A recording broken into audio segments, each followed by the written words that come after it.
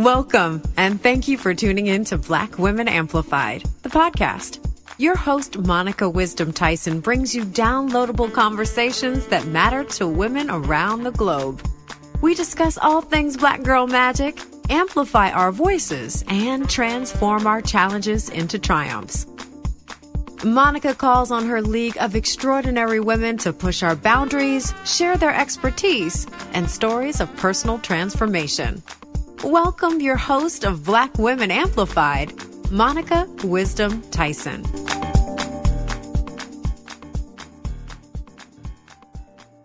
Hello, Black Women Amplified family. This is your girl, Monica Wisdom, and I am excited to be with you today. Today is a special day. We are in our last episode of season 3 of the Black Women Amplified podcast. 3 seasons, y'all. If you have been rocking with me for 3 seasons, yes. If you've been rocking with me for 2 seasons, yes. If this is your first season and you're just discovering me, yes. What is Black Amplified? It is if NPR and Essence Magazine had a love child. That is Black Women Amplified. And we have incredible conversations with women who are doing amazing things in the world, specifically Black women. Why Black women?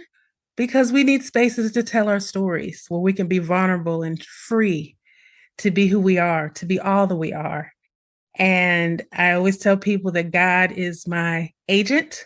And so I've been blessed to have some incredible people on this journey with me as guests, as co-hosts, and each and every one of you who are here to share yourself, to listen, to learn, and to love what we're doing here. So I appreciate each of you, and you all know that you're my podcast warriors.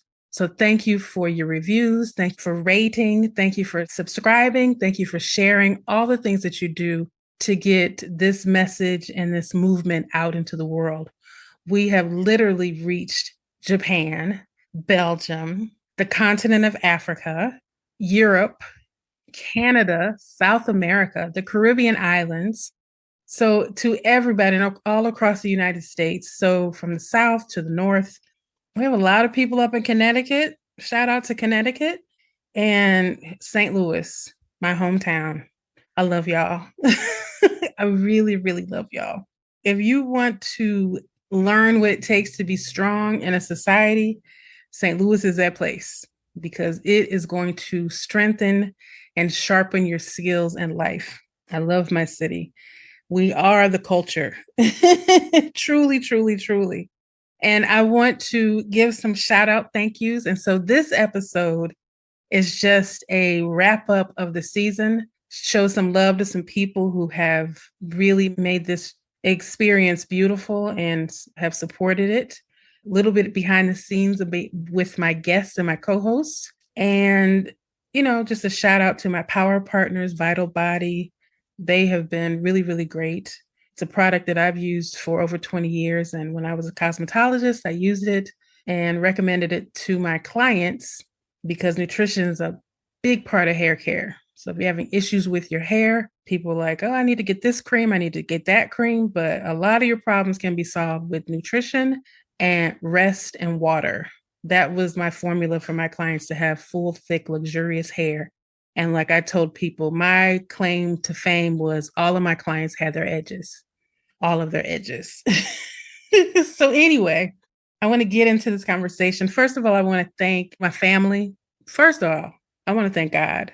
God is the center of my life, and sweet baby Jesus is my homie. And we talk and we have conversations about the podcast, about the people that I want to have on the podcast, how I would like the podcast to be, the areas where I want the podcast to be. We had me, God, and sweet baby Jesus have those conversations. And I told sweet baby Jesus that I wanted women from the diaspora. So we have conversations with women from Jamaica, from Belize, from Puerto Rico. And next season, I'm hoping and praying there's a couple of people in South Africa that I want to have a conversation with. And we've been in discussion. So I'm hoping that will happen in season 4. If not, it will happen. Just don't know when. But I feel like, and I know in my heart, that we as African American women have to realize that we're a part of a bigger story around the world. And no matter how that we get treated in this part of the world, there are other parts of the world that love us. And I love seeing women travel and experience different cultures and to meet people that look at them in admiration. And that's been a beautiful experience in my life, has been traveling. And I did a lot of it in my 20s and my 30s. Yeah, my 20s, my 30s, my 40s. I haven't done it this decade yet, except locally. But, we had a big old panorama that shut a lot of stuff down. But I can't wait to get back on the road again. So if y'all need to hire me as a speaker, a guest, a panelist, all the things, I am available. But also, I wanted to thank my family who have been incredibly supportive. Shout out to Florida. Big thank you to my aunt and uncle who are by my side in all of this, who are my parents on this earth and who I love immensely. Shout out to my brother, sister, cousins, my besties, my best friend, Shakira, my bestie sister girls, Cynthia and Susan, who, man, there's not enough I can say about the women in my life. And to Cheryl and Eva and Helene and Sherry, thank you all for our years of friendship. And yeah, those are the people in my life I want to thank. I want to thank the people who did produce the music. It's Oshunlade and Lady Alma. If you know the house music world, they are powerhouse people in the game, and they were gracious enough to allow me to use their song for our theme song. So I'm grateful to them. And I want to shout out my amazing editor, Sam, who is just incredible. I love working with him, and he gets me. And it comes to the point now we've worked together for over 50 episodes, and it's to the point where I just send him the audio and he knows what I want. There's very few tweaks. I've worked with other editors, and I'm so particular only because I want a great sound experience for the listeners, but he has tuned into what I want. He understands my language because I'm not a technical person. So my descriptions of things are really crazy. If I could release a book of the notes that I send him and how he figures out what I'm saying, it's pretty incredible. I'm very grateful to him. And yeah, it's essentially a team of me and him who put this podcast together. He specifically does the editing, but everything else is by Monica except for the music. By Monica. Production. I'm the publicist. All the titles, Monica. And it was a learning curve. So I had to learn it. Now it's second nature, but it was a lot in the beginning. It was a lot of learning and a lot of mistakes. And I'm still making mistakes, but I'm learning, but things are quicker and I have the opportunity of streamlining things even more. So I'm grateful thank you for the process. Thank you, God, for the process and the learning how to build a website, learning how to just all the little minutia that goes into putting together a podcast. And people say, oh, just turn on your mic and record. Yes, you can do that. But there's a lot that goes into the process before you push record. And there's a lot that goes into the process after you hit end record. So each episode takes me the interviews can sometimes take months to get. The longest it took me with someone took about 8 months from the time of the initial conversation to the actual recording of the interview. It was an 8-month process. So this is when people are like, well, what are you doing all day? I'm like, all the things, plus all the other things you have to do in life.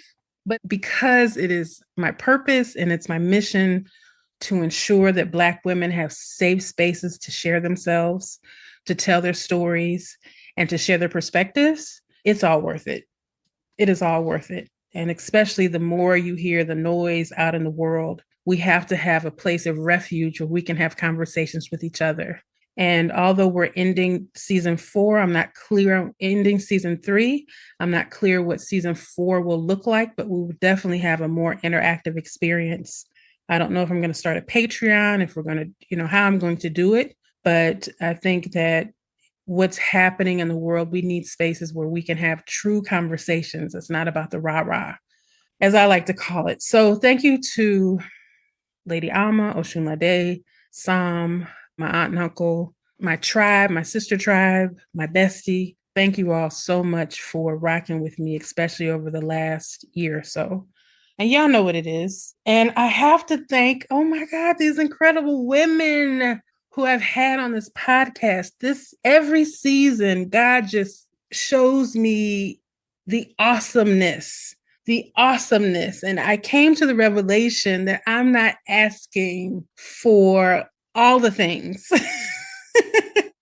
Because just the examples of the people who've been on this show, let me tell y'all something. I'm not a famous person. I don't have a best-selling book.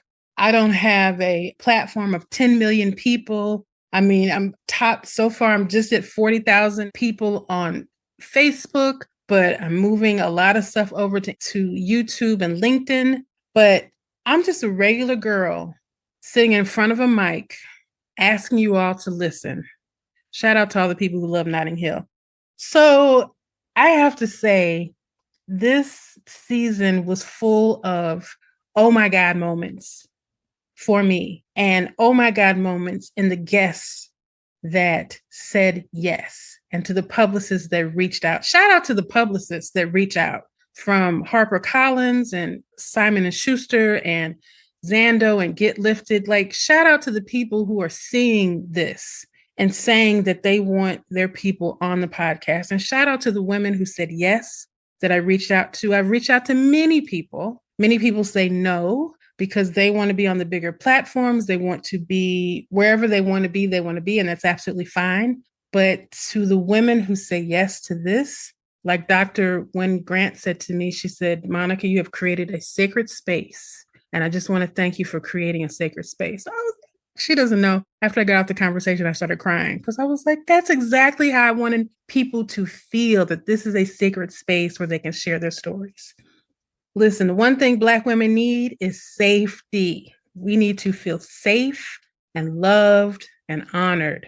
And that is my mission. So anyway, let's talk about these incredible people. Icy Parks. Icy Parks is the costume supervisor for the movie The Color Purple that just came out Christmas. Oprah Winfrey, Steven Spielberg, Fantasia. Yes, I was working on getting Fantasia, didn't work out. That's a whole nother story. Taraji P. Henson. And how that story came out, the backstory on that is my friend, you all have heard me talk, if you listen to the podcast, you've heard me talk about him. I may have never said his name. I'm not going to say his name now, but he was a tailor on the movie The Color Purple. And they were filming in 2021. And he asked me to come to Atlanta because he was there. I don't know how many months he was there, but they took, I'm going to say this really clear, they took really good care of them. Okay? That's all I'm going to say about that. Really good care. So I went and stayed in his place in Buckhead. If you know anything about Atlanta, Buckhead is the Soho of Atlanta. They took really good care of them. Yes. So that's all I'll say about that. So Icy Parks, I met her when I had an opportunity to go stay with him for about a week. And we hung out. We got a chance to hang out. We went to dinner together and we just clicked. Click, click, click, click, clicked. And there are people that I meet that I feel like are part of my soul tribe. And I feel like a lot of the women that come on this podcast are like a member of my soul tribe because we get along so well. It's just easy breezy. But Icy Parks was the costume supervisor for The Wiz in the movie. And she also did it on Broadway many years ago. I think she said it was, I don't know which production it was. I forget. She talked about it in the interview. So when I wanted to start season 3, he and I were talking. I was like, oh, I would love to talk to Icy. And 2 days later, he emailed her. She said yes. And then here I was prepping for the interview with her. And the things that I discovered about her life and her career, oh my God, she's never done an interview before. She does not come out of her work mode. She is a behind the scenes girl. She has no interest in having conversations with anybody. And she said, Monica, I'm only doing this because it's you. And I'm forever grateful for that, for her allowing me to share her story with each of you, because the projects that she has worked on, the family that she comes from, all the things, remarkable. And this is a woman who In 100 years, somebody might discover her and be like, oh my God, who is this person? Well, her story will be here. It's on the interwebs. So people will always be able, in the future, will be able to hear her story. And then we had Chef Nina Curtis. Oh, another amazing woman. She is a plant-based vegan chef, award-winning food scholar. I call her food scholar. She doesn't call herself that, but anytime you studied food at an Ivy League institution, Cornell University, shout out to Cornell University, my alma mater. I like saying that. Sounds real bougie. But anytime you studied food at that level, you're a scholar. So I call her food scholar. I think I'm gonna make her change her titles. But anyway, I found her on the Instagram. I had been following her for probably about a year, and she's super nice and very receptive. And we would just have little, I would ask her about the food she's serving, and it just looks so delicious. I would put on there like, I'm just licking my phone. This food looks so good. I had no idea that it was all plants. So she's able to take plants and turn this into these culinary, beautiful dishes. And she lives in Sacramento. So the next time I go see my cousin, shout out to Dr. Greg, I'll be visiting her. And she's going to make me a meal. So we chatted, and I knew when I did season 3 that food was a big part of self-care, but I did not want a diet person or a fitness person to come and talk about it. I needed somebody who understood food on a whole intellectual level, and someone who, if I had a question, they could break it down to the science of food. And that was very important to me that happened. So when she said yes, I was like, yes. And then I discovered so much about her. And she talked about she's a history making woman. She's the first person, I should say, that created a plant-based vegan meal for the White House. And if you listen to the interview, she tells the whole backstory. But Dr. Jill Biden, the first lady, invited her. And she made history twice because it was the first time all women were the chefs in the White House kitchen. So she made history twice. And she made it was for a state dinner for the Prime Minister of India. And of course, their diet is plant-based. Anyway, so she's incredible. And I'm going to have her back on again at some point. Yeah, I'm thinking about some different things for season 4 because I want this space to grow in a little bit different way than the average way. And I want to give people some spaces where they can grow their voices as well. So neat, Chef Nina. And then we had Jasmine Nevels come on. Jasmine Nevels is an incredible young lady. She has a coffee brand called Uncharted Coffee. And she and her sister have this company. And I thought that her publicist, her assistant, reached out to me and told me about their story and their journey. And I thought it was really incredible because coffee is a multi-billion-dollar industry.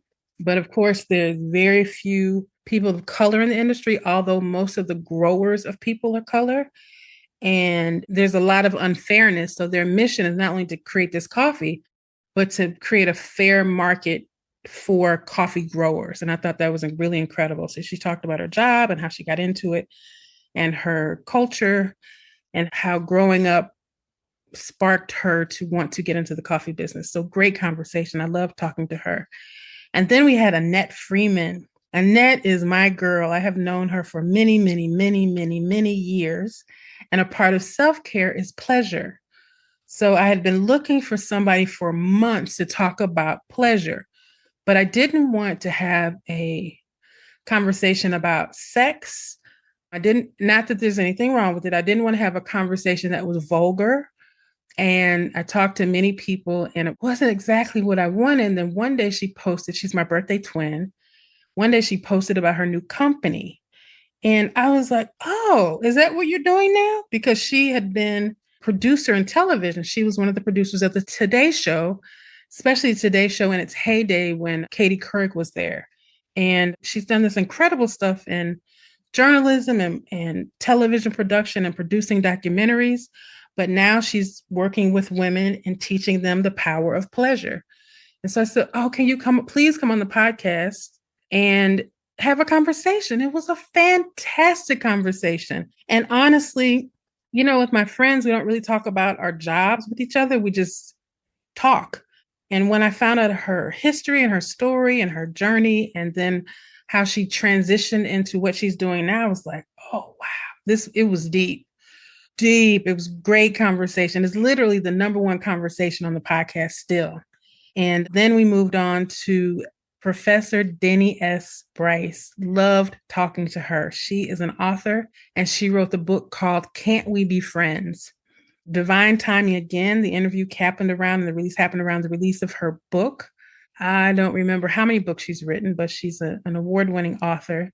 And she also teaches. She teaches and lives in Savannah, Georgia, and one of my favorite cities in the whole world. And she writes historical fiction. And this particular book is about the relationship between Marilyn Monroe and Ella Fitzgerald. They had a real friendship. Have you ever seen those pictures of them together? I just thought it was, they were at the same place. They're celebrities, they're at the same place. But they had this friendship that lasted 10 years.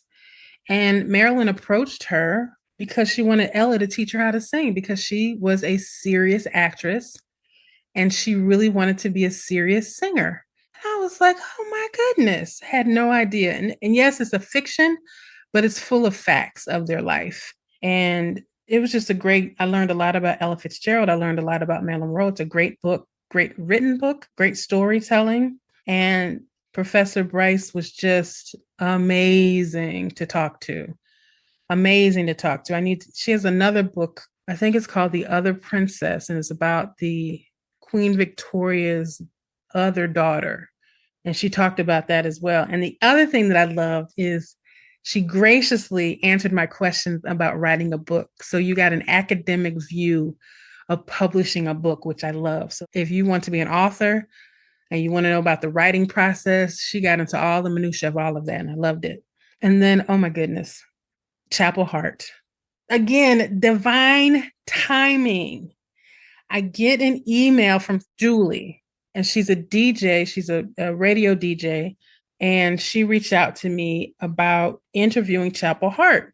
Now, if you listen to the interview, you know how this is like one of those, oh my God moments, because this is a manifested moment. It's like direct manifestation.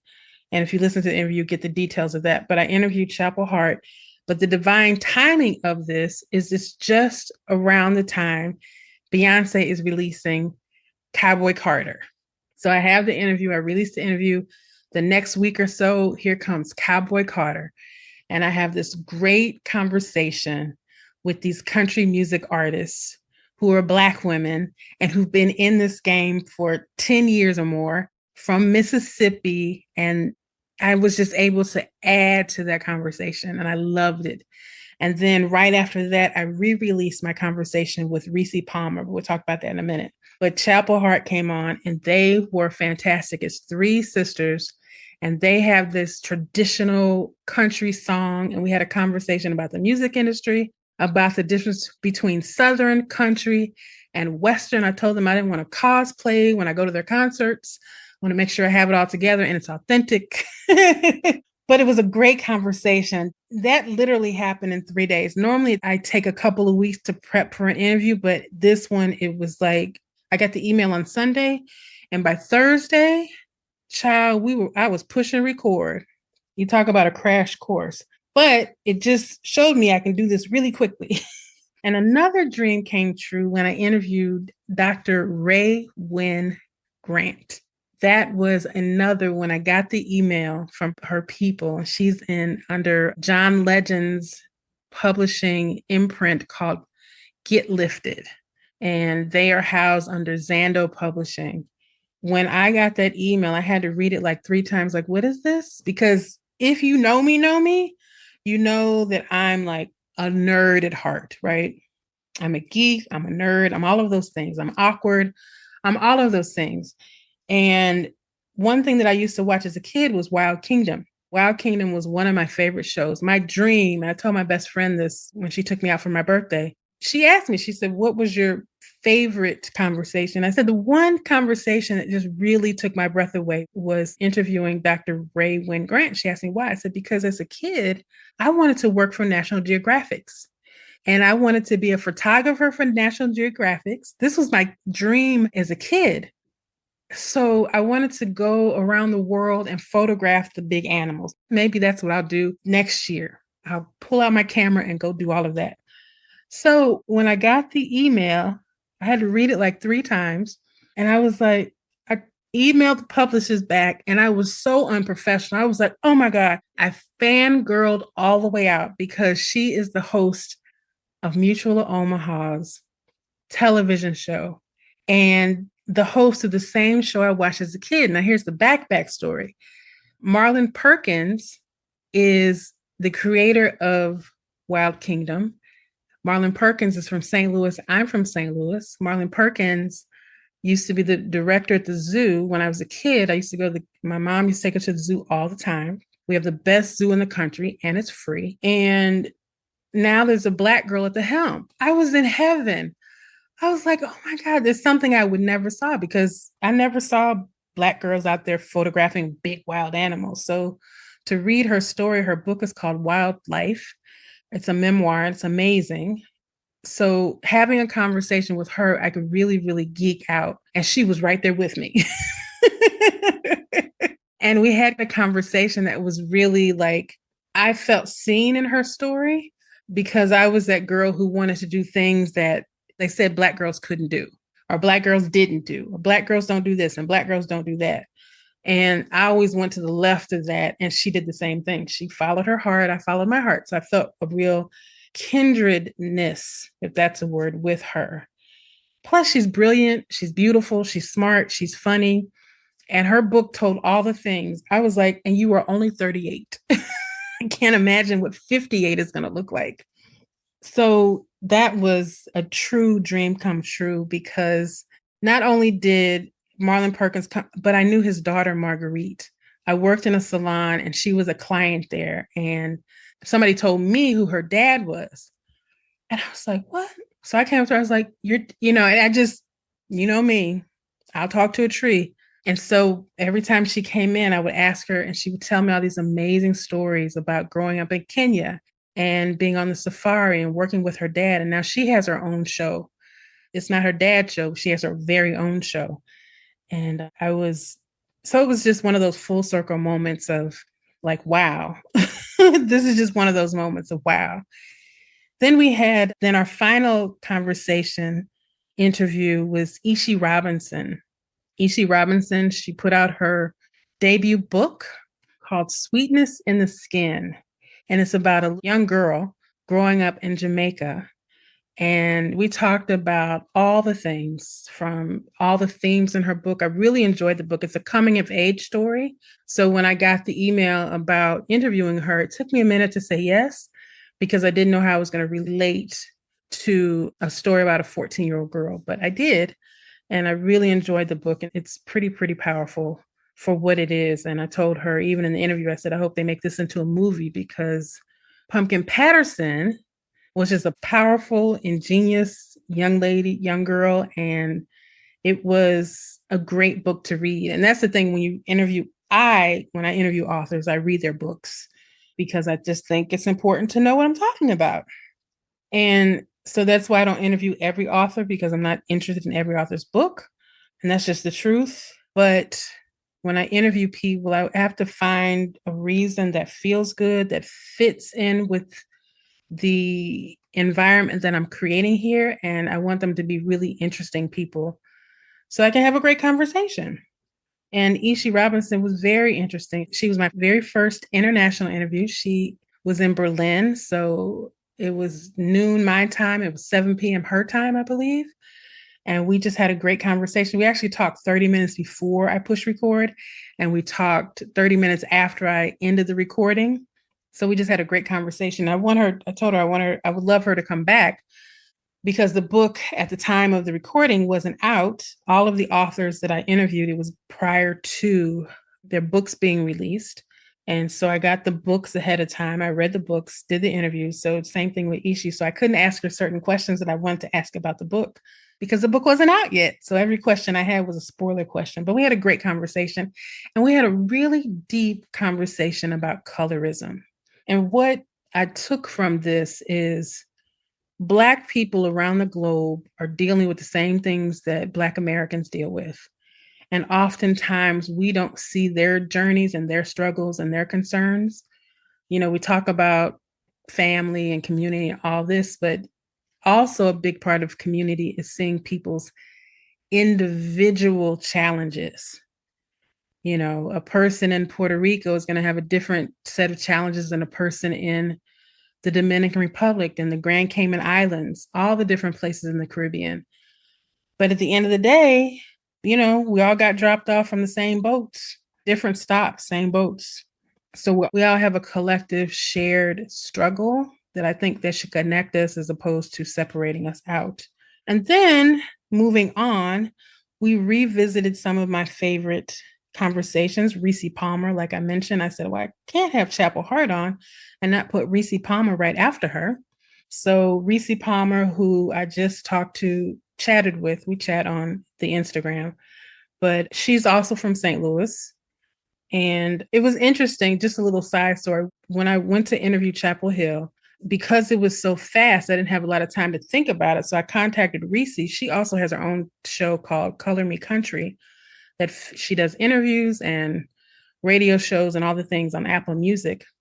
And so I reached out to her. I said, listen, I want to have this conversation about, and this is me being observant. And this is so important when you're interviewing people. If you ever go in that direction, or if this is something you ever do, it's very important to be conscious of people's brands and make sure that you understand the energy they want to put out in the world.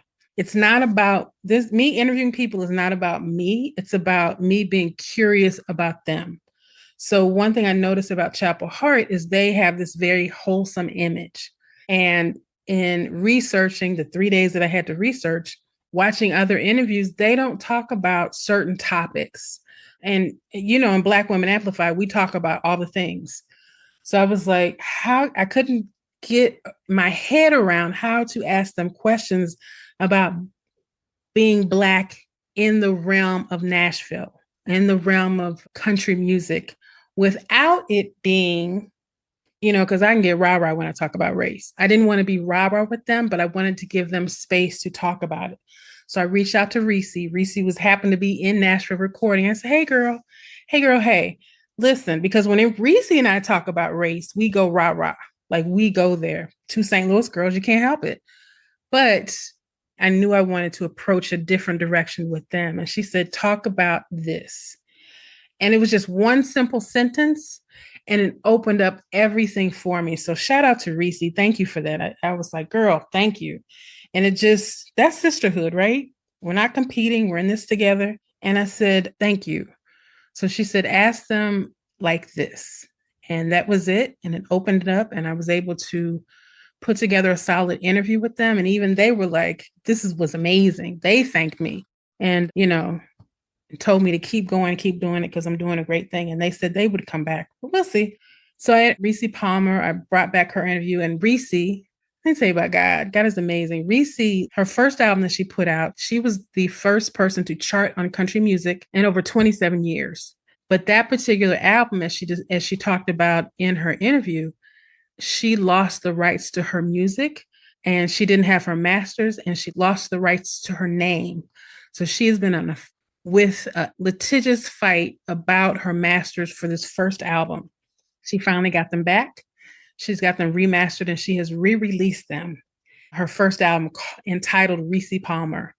So it's her music. It's the same thing that Taylor Swift went through when somebody sold her manager had her masters. It's the same thing that Prince went through when he did that fight when he wrote slave on the side of his face and he changed his name to a non-name because the record company owned the name Prince. Yeah, there's a whole thing when you get in the music industry. It's a whole thing. So anyway, she just got her masters back. She just released her remastered versions of her first album that she put out to maybe 2004, maybe 2005. So she's been fighting for this for a couple of decades. And I'm so happy for her. And then we revisited the conversation with Stephanie Perry. Stephanie Perry is the co-founder of the Exodus Summit, and she teaches women, Black women specifically, how to take a sabbatical, how to travel the world, how to move overseas, like all the things. If you want to exit this country, she's the person to talk to. And she was great and she was fun and she's just a fun person, free spirit. And she just really believes in not being a part of this capitalist society in a way that harms Black women. And then we talked to Wendy Moten. Wendy Moten is a singer. She was a contestant on The Voice. She was on a couple of years ago. But she's been a singer. She's worked with Julio Iglesias, Tim McGraw, Martina McBride. She's worked in R&B. She's worked in jazz. She's worked in all the things. And her agent publicist reached out to me to talk to her, and she was just a treat. So if you get an opportunity, go listen to her conversation. But I have to say that just having these conversations with their women, hearing their stories just opened my mind, because Black women are living some really remarkable lives and are opening up spaces that have never been opened up to us before. And I really love everything that I learned from these women. They're amazing. They're kind. They're generous. And they're literally out there making history. And I'm so happy that there's a place where they could tell their stories, talking to another Black woman in an hour, sometimes an hour and a half, where they can really open up and share who they are for real. So just incredibly grateful to everybody who said yes, everybody who reached out, everybody who supported, because this was all about self-care, and listening is a part of self-care. Hearing what's possible for your life is self-care. And understanding that we all have a voice and we all have a story and we all deserve for it to be shared. That understanding is a part of self-care. So I'm really grateful to each of you all. I had a lot more to say, but I'll save it for season 4. But this has been a remarkable, miraculous season. And I'm so grateful for every part of it, the hard parts, the easy parts, the miracles, the manifestations. God is just all up in this space.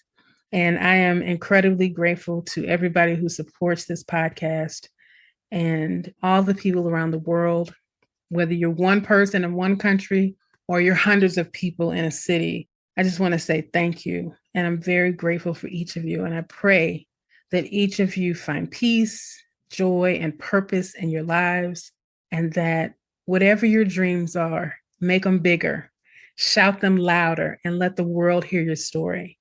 And thank you for being a part of the Black Women Amplified Galaxy, as I call it.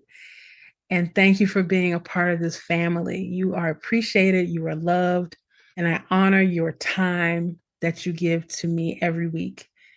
So don't forget to go to blackwomenamplified.com, check out our blog.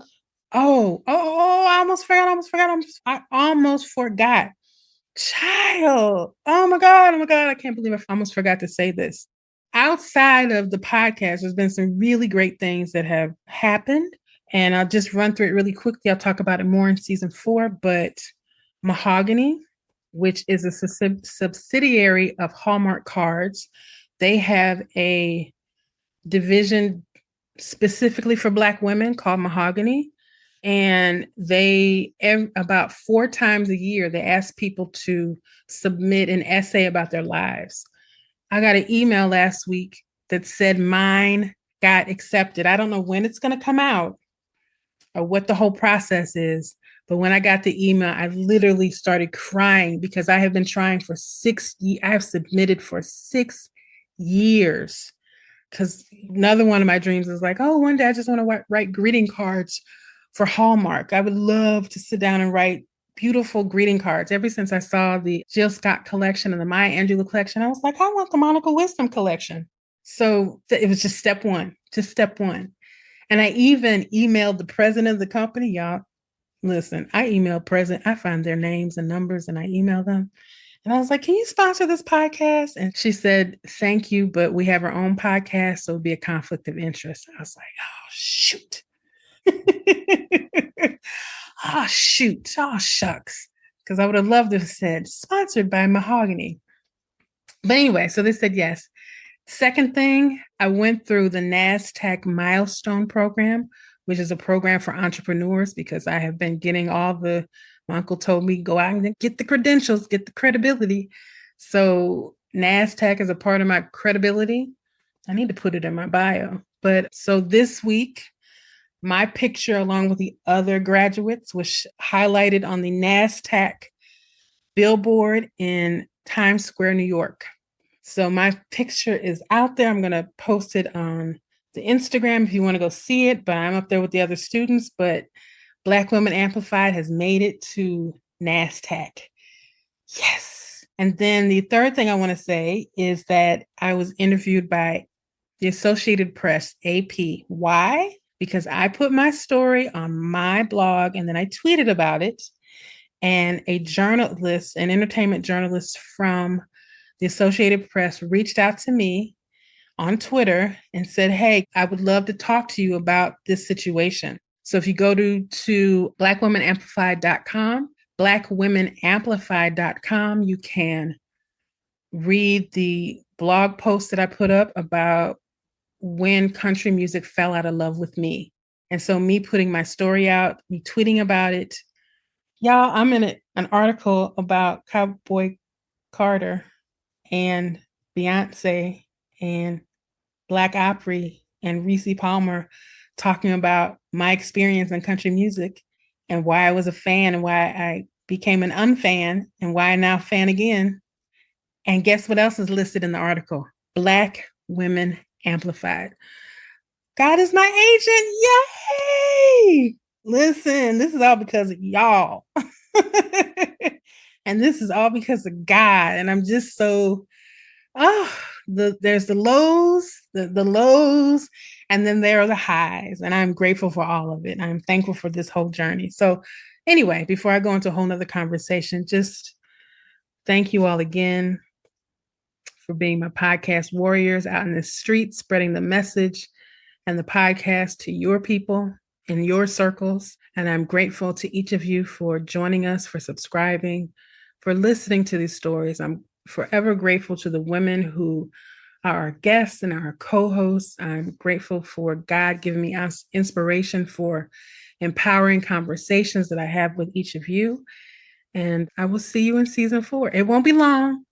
I won't be gone long, but I just want to say, and then I'll probably upload some episodes I haven't released before just to keep you, engaged. But know that I'm working on season 4 and I want to create something spectacular for you. Have an amazing night and sending love, peace, and joy to each of you. Thank you for listening to Black Women Amplified. We hope you enjoyed the show. Be sure to subscribe and log on to blackwomenamplified.com for more information. Keep shining.